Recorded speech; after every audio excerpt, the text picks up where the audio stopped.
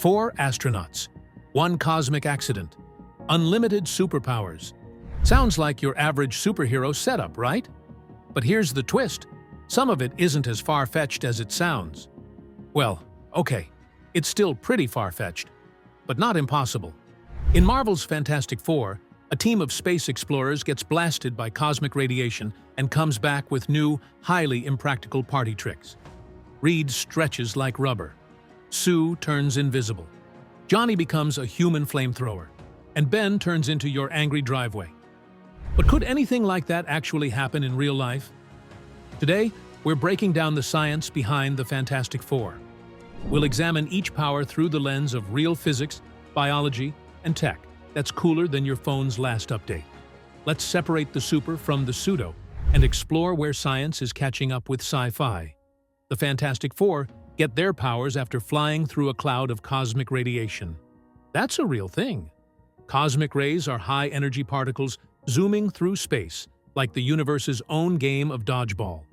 Here on Earth, our atmosphere and magnetic field shield us from most of it. But astronauts? They're basically flying around in microwave popcorn bags. In 6 months aboard the ISS, astronauts absorb more radiation than you would from 1,000 dental X-rays. And sadly, none of it gives them cool powers.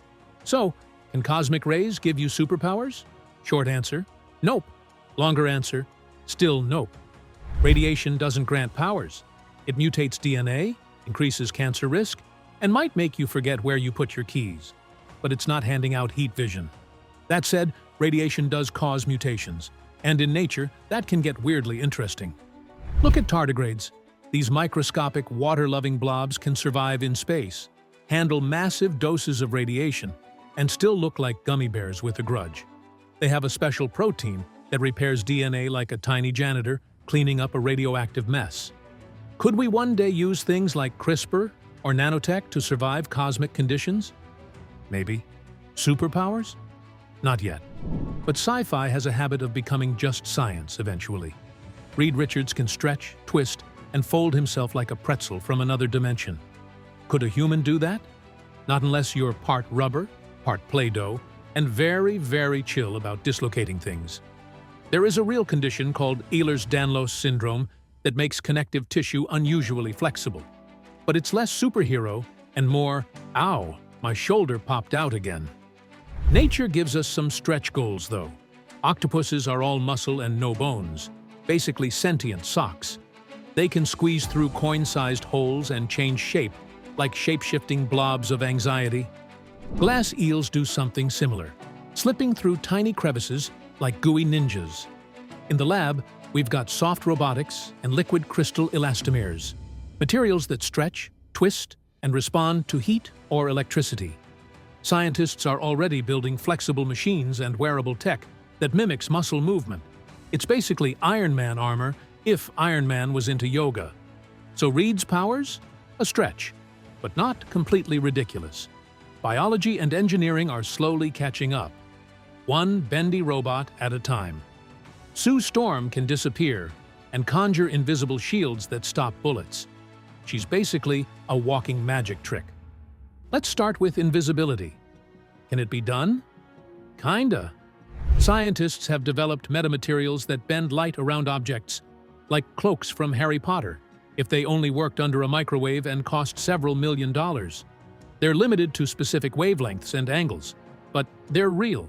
Nature's ahead of the curve, as usual. Glass frogs, transparent squid, and some jellyfish scatter and refract light so well that they almost vanish underwater. It's evolution's version of a Snapchat filter. Now the force fields. Can we block stuff without walls? Sort of. The military has played around with plasma shields, clouds of superheated gas that deflect shockwaves. Think Star Wars meets a science fair. We also use magnetic fields to shield spacecraft from solar radiation, much like Earth does naturally. So no, Sue won't be walking through laser grids anytime soon, but the ingredients for her powers, light manipulation and energy shielding, are bubbling away in labs right now. Oh, and speaking of disappearing, if you're loving this breakdown, don't ghost us.